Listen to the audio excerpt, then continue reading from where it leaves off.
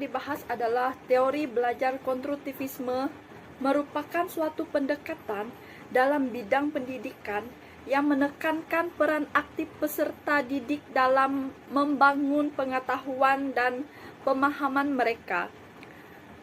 Konstruktivisme menolak pandangan tradisional bahwa pengetahuan dapat disampaikan secara langsung dari guru kepada siswa, dan lebih mengutamakan proses konstruksi pengetahuan oleh peserta didik melalui pengalaman belajar yang bermakna. Sejarah teori belajar konstruktivisme mencakup kontribusi dari beberapa ahli yang berperan dalam pengembangan dan pemahaman konsep ini. Beberapa tokoh kunci dalam sejarah konstruktivisme antara lain ada Jean Piaget 1898 sampai 1980. Sebagai salah satu pelopor konstruktivisme, Piaget mengembangkan teori perkembangan kognitif. Yang kedua ada Jerome Bruner 1915 sampai 2016, merupakan salah satu di antara yang berkontribusi dalam teori konstruktivisme. Bruner memberikan kontribusi signifikan terhadap konstruktivisme melalui teori tentang pembelajaran berbasis konsep. Ia mengemukakan bahwa materi pembelajaran sebaiknya disusun secara struktural agar sesuai dengan kemampuan pemahaman anak pada tahap perkembangan tertentu. Selanjutnya ada dari David Ausubel 1918 sampai 2008, juga merupakan satu di antara ahli yang berkontribusi dalam teori konstruktivisme. Ausubel mengembangkan teori pembelajaran konsep yang telah menekankan pentingnya mengaitkan konsep baru dengan pengetahuan yang sudah dimiliki oleh peserta didik. Proses ini juga disebut sebagai pembelajaran memuat atau pembelajaran penerimaan.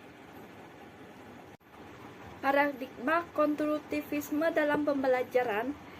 Dalam konteks pendidikan, konstruktivisme telah menjadi fondasi filosofis yang mengubah perspektif kita terhadap proses pembelajaran.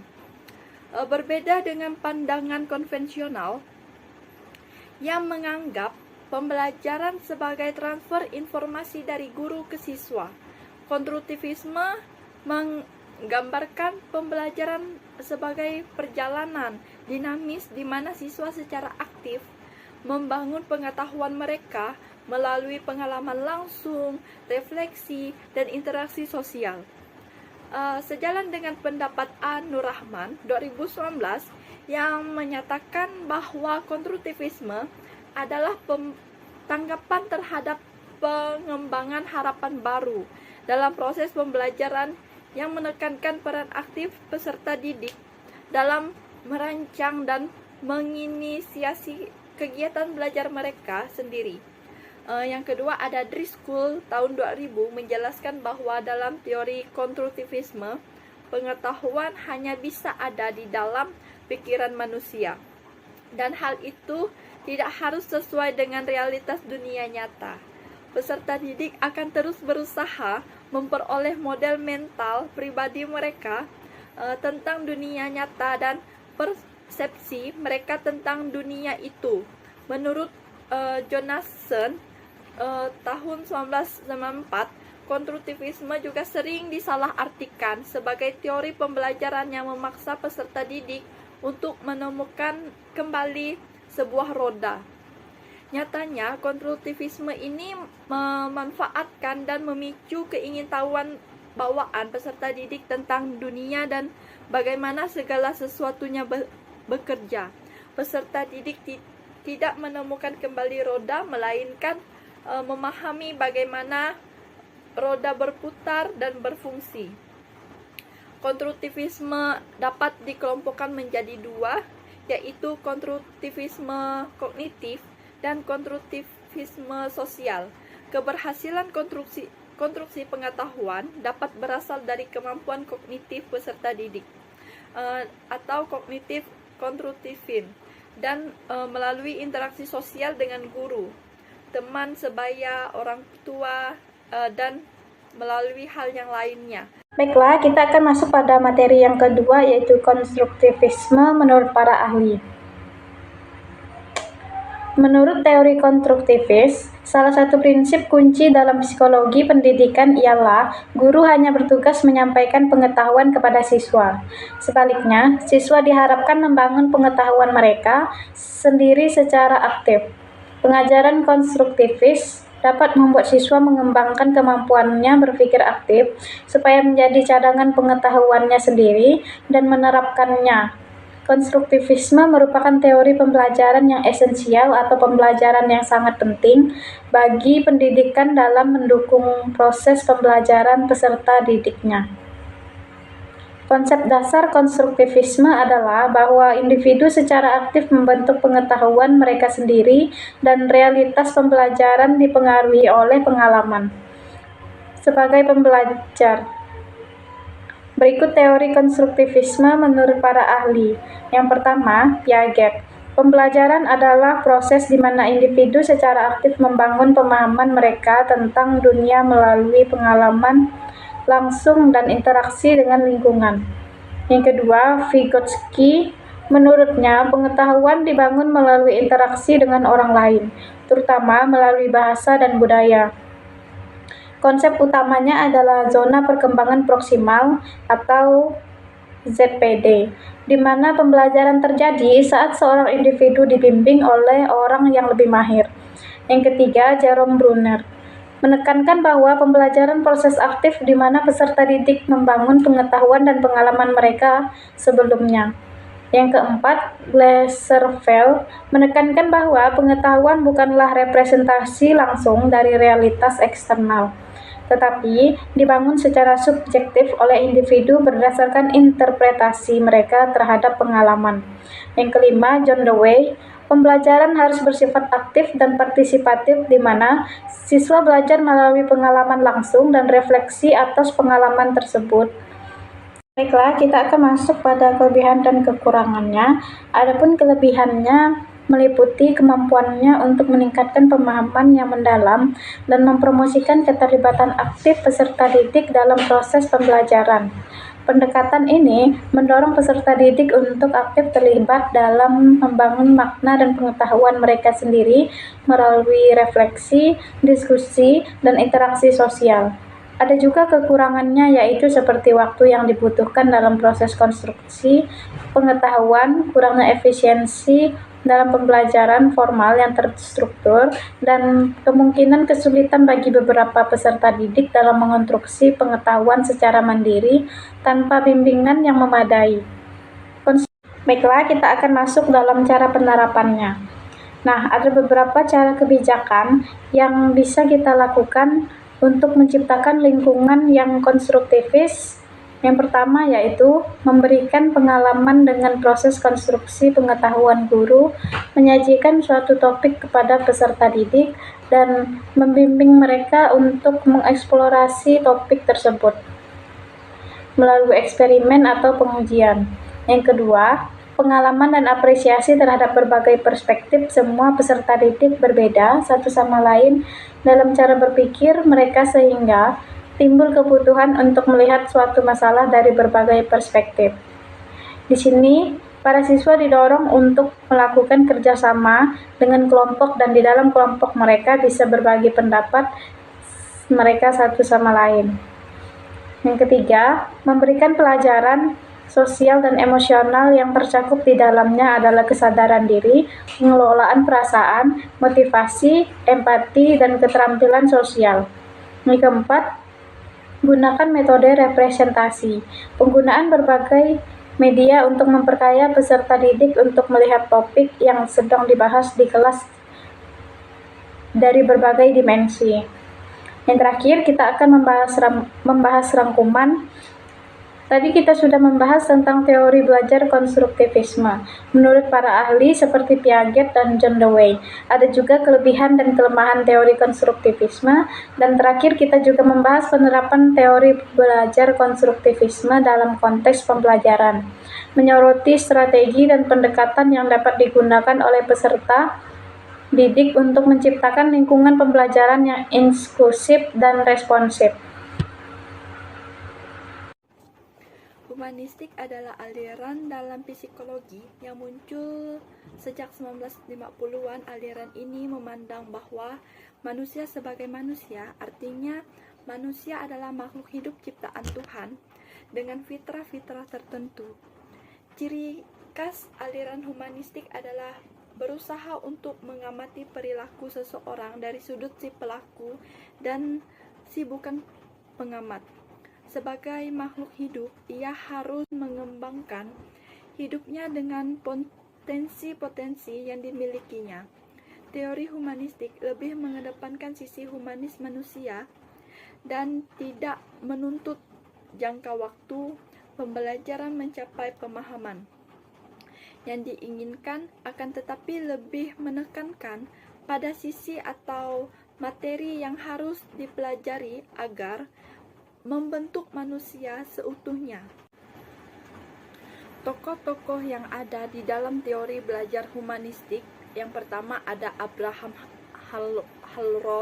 Maslow 1908-1970. Maslow berpendapat bahwa manusia memiliki hierarki kebutuhan yang dimulai dari kebutuhan jasmania yang paling asasi sampai dengan kebutuhan tertinggi, yakni kebutuhan estetis.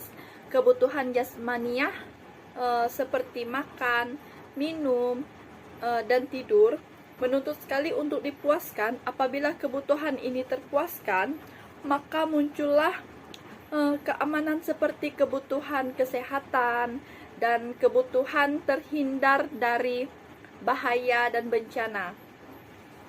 Berikut adalah kebutuhan untuk memiliki dan cinta kasih, seperti dorongan untuk memiliki kawan dan berkeluarga, kebutuhan untuk menjadi anggota kelompok, dan sebagainya. Yang kedua ada Karl Ransom Rogers 1902 sampai 1987.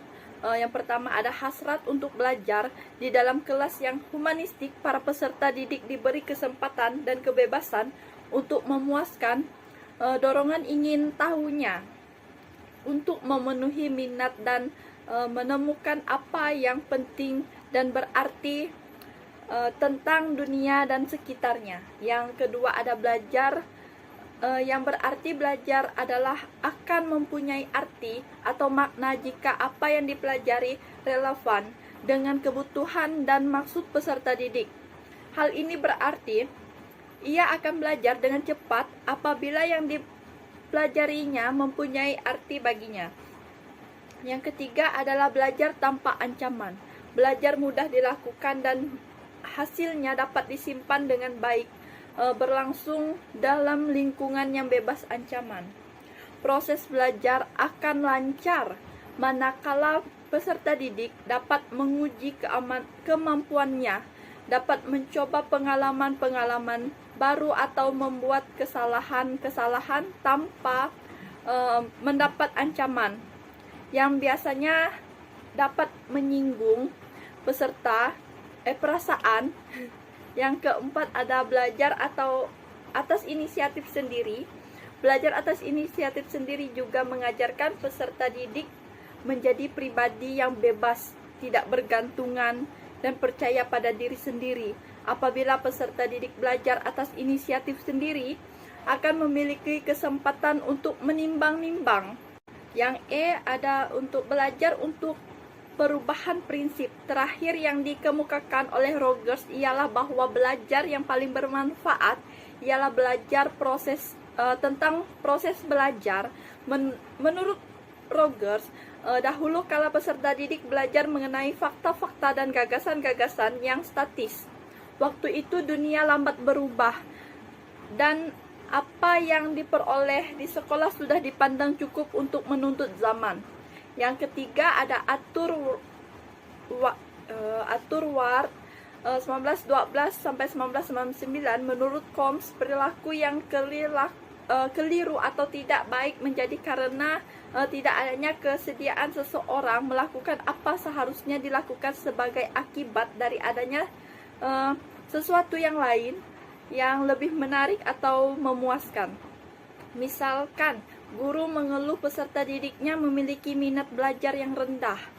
Sebenarnya itu disebabkan para peserta didik itu tidak berminat melakukan apa yang dikehendaki oleh guru. Baiklah, saya akan membahas mengenai teori selanjutnya, yaitu prinsip-prinsip teori belajar humanistik. Menurut Carl Ransom Rogers dalam bukunya Freedom to Learn, ia memaparkan sejumlah prinsip-prinsip dasar humanistik yang penting diantaranya adalah: yang pertama, manusia itu memiliki keinginan alamiah untuk belajar, memiliki rasa ingin tahu alamiah terhadap dirinya, dan keinginan yang mendalam untuk mengeksplorasi dan asimilasi pengalaman baru. Yang kedua, belajar yang signifikan terjadi apabila materi pelajaran dirasakan peserta didik mempunyai relevansi dengan pemahaman mereka. Yang ketiga, belajar yang menyangkut perubahan di dalam persepsi mengenai dirinya sendiri dianggap mengancam dan cenderung untuk ditolaknya. Yang keempat, tugas-tugas belajar yang mengancam diri ialah lebih mudah dirasakan dan diasimilasikan apabila ancaman-ancaman dari luar itu semakin kecil. Yang kelima, apabila ancaman dari diri peserta didik rendah, pengalaman dapat diperoleh dengan berbagai cara yang berbeda-beda dan terjadilah proses belajar. Yang keenam, belajar yang bermakna diperoleh peserta didik dengan melakukannya secara langsung. Yang ketujuh, belajar dipelancar bila mana peserta didik dilibatkan dalam proses belajar dan ikut bertanggung jawab terhadap proses belajar itu. Yang kedelapan, belajar inisiatif sendiri yang melibatkan peserta didik seutuhnya baik perasaan maupun intelek merupakan cara yang dapat memberikan hasil yang mendalam dan lestari. Yang kesembilan, kepercayaan terhadap diri sendiri, kemerdekaan, kreativitas lebih mudah dicapai terutama jika peserta didik dibiasakan untuk mawas diri dan mengkritik dirinya sendiri, dan penilaian dari orang lain merupakan cara kedua yang penting.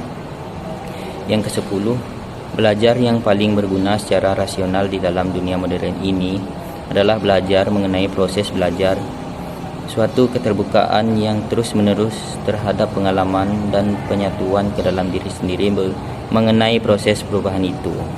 Prinsip lain dalam proses pembelajaran humanistik adalah bahwa proses pembelajaran harus mengajarkan peserta didik bagaimana belajar dan menilai kegunaan belajar itu bagi dirinya sendiri.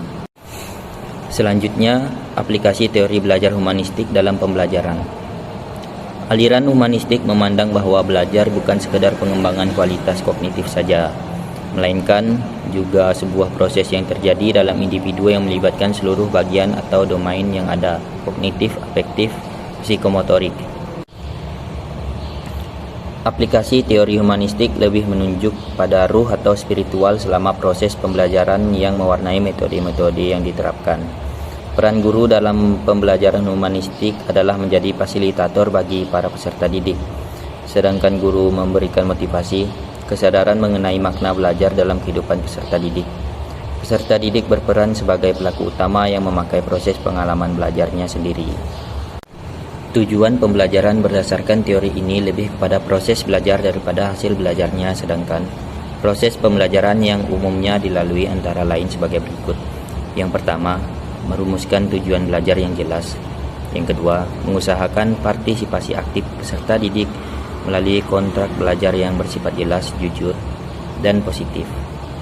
Yang ketiga, mendorong peserta didik untuk mengembangkan kesanggupan peserta didik untuk berjalan atas inisiatif sendiri sehingga akan mengalami belajar eksperiensial.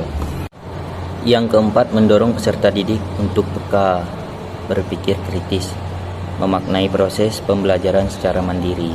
Yang kelima, peserta didik didorong untuk bebas mengemukakan pendapat, memilih pilihannya, melakukan apa yang diinginkan, dan menanggung risiko perilaku yang ditunjukkan. Yang keenam, guru menerima apa adanya, berusaha memahami jalan pikiran peserta didik, tidak menilai secara normatif, tetapi mendorong peserta didik untuk bertanggung jawab atas segala risiko proses belajarnya. Yang ketujuh, memberikan kesempatan peserta didik untuk maju sesuai dengan kecepatannya. Yang kedelapan, evaluasi diberikan secara individual berdasarkan perolehan prestasi peserta didik. Pembelajaran berdasarkan teori humanistik ini cocok untuk diterapkan pada materi-materi pembelajaran yang bersifat pembentukan kepribadian, hati nurani, perubahan sikap, dan analisis terhadap fenomena sosial. Indikator keberhasilan aplikasi ini adalah peserta didik merasa senang bergairah, berinisiatif dalam belajar, dan terjadi perubahan pola pikir, perilaku, serta sikap atas kemauan sendiri. Peserta didik diharapkan menjadi manusia yang bebas, berani, dan tidak terikat oleh pendapat orang lain, dan mengatur pribadinya sendiri secara bertanggung jawab tanpa mengurangi hak-hak orang lain atau melanggar aturan norma, disiplin, atau etika yang berlaku. Teori humanistik akan sangat membantu para pendidik dalam memahami arah belajar pada dimensi yang lebih luas, sehingga upaya pembelajaran apapun dan konteks manapun akan selalu diarahkan dan dilakukan untuk mencapai tujuannya. Meskipun teori humanistik ini sukar diterjemahkan ke dalam langkah-langkah pembelajaran yang praktis dan operasional, namun sumbangan teori ini amat besar. Psikologi humanistik memberikan perhatian bahwa guru adalah sebagai fasilitator. Guru harus berupaya dengan berbagai cara untuk memberi kemudahan belajar. Berikut ini beberapa hal yang perlu diperhatikan guru. Yang pertama, memberikan perhatian kepada penciptaan suasana awal, situasi kelompok atau pengalaman kelas.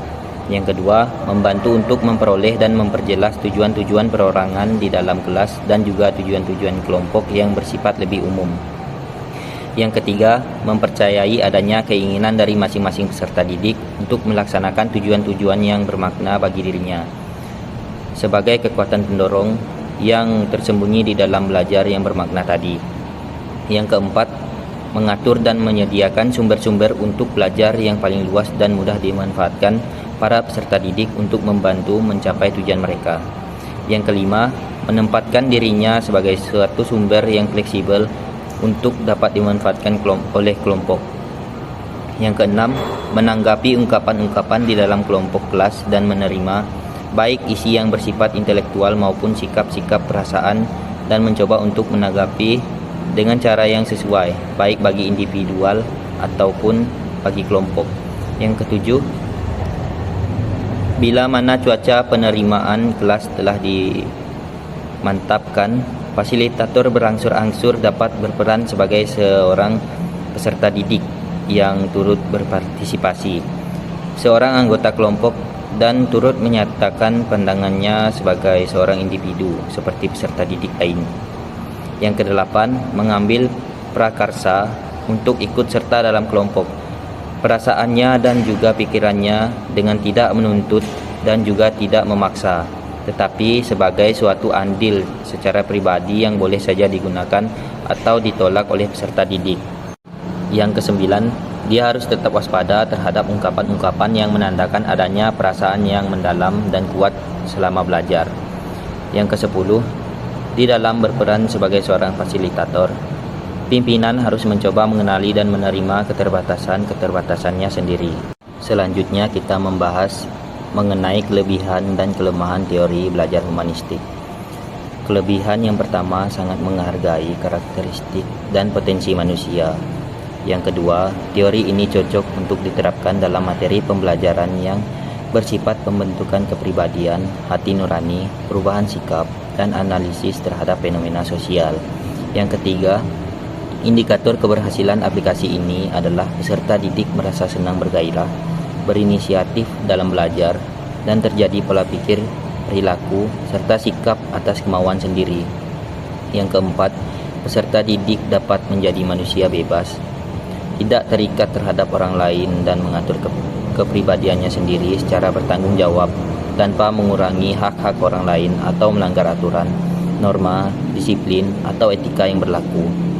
Yang kelima, menurut aliran humanisme, individu itu cenderung mempunyai kemauan atau keinginan untuk berkembang dan percaya pada kodrat biologis dan ciri lingkungan. Yang keenam, aliran humanisme tidak menyetujui sifat pesimisme. Dalam aliran ini, individu itu memiliki sifat yang optimis. Teori humanistik sangat membantu para pendidik dalam memahami arah belajar pada dimensi yang lebih luas, sehingga upaya pembelajaran apapun dan pada konteks manapun akan selalu diarahkan dan dilakukan untuk mencapai tujuannya. Yang kedelapan, ide-ide, konsep-konsep, taksonomi tujuan yang dirumuskan dapat membantu para pendidik dan guru untuk memahami hakikat kejiwaan manusia. Selanjutnya, kelemahan teori belajar humanistik. Kelemahan yang pertama, peserta didik yang tidak mau memahami potensi dirinya akan ketinggalan dalam proses belajar. Yang kedua, karakter manusia tidak akan terbentuk sesuai dengan tujuan pembelajaran, karena humanistik menganggap bahwa potensi manusia adalah punya keinginan untuk belajar. Yang ketiga, apabila tidak diperlakukan pembimbingan dari guru kepada peserta didiknya secara baik, pembelajaran yang bebas akan menimbulkan motivasi yang bebas pula, apalagi peserta didik yang masih usia sekolah dasar. Yang keempat, teori humanisme terlalu optimistik, secara naif dan gagal untuk memberikan pendekatan pada sisi buruk dari sifat alamiah manusia. Yang kelima, teori humanisme seperti halnya teori psikodinamika tidak bisa diuji dengan mudah. Yang keenam, banyak konsep dalam psikologi humanisme seperti misalnya orang yang telah berhasil mengaktualisasikan dirinya. Ini masih buram dan subjektif. Yang ketujuh, psikologi humanisme mengalami pembiasaan terhadap nilai individualistis. Yang ke-8, teori humanisme ini dikritik karena sukar digunakan dalam konteks yang lebih praktis. Teori ini dianggap lebih dekat dengan dunia filsafat daripada dunia pendidikan yang masih sukar diterjemahkan ke dalam langkah-langkah yang praktis serta operasional. Yang ke-9, aplikasi teori humanisme dalam pembelajaran. Guru lebih mengarahkan peserta didik untuk berpikir induktif, mementingkan pengalaman serta membutuhkan keterlibatan peserta didik secara aktif dalam proses belajar.